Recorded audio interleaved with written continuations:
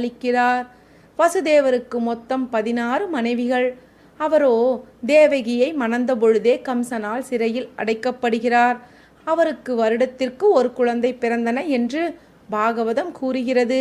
அந்த வகையில் கிருஷ்ணரின் பிறப்பையும் வைத்து பார்த்தால் பலராமரோ யுதிஷ்டனுக்கு 6 மாதம் இளையவர் மற்றும் பீமனுக்கு 6 மாதம் மூத்தவர் என்றும் தெரிகிறது.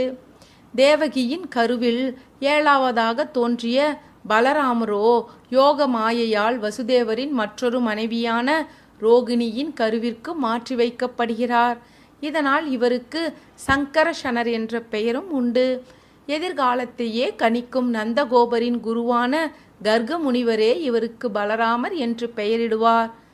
பாகவத புராணத்தில் தமையனான பலராமருக்கோ கிருஷ்ணர் கால் பிடித்து பனை ஓலையால் வீசி தூங்க வைப்பதாகவும் கூறப்படுகிறது.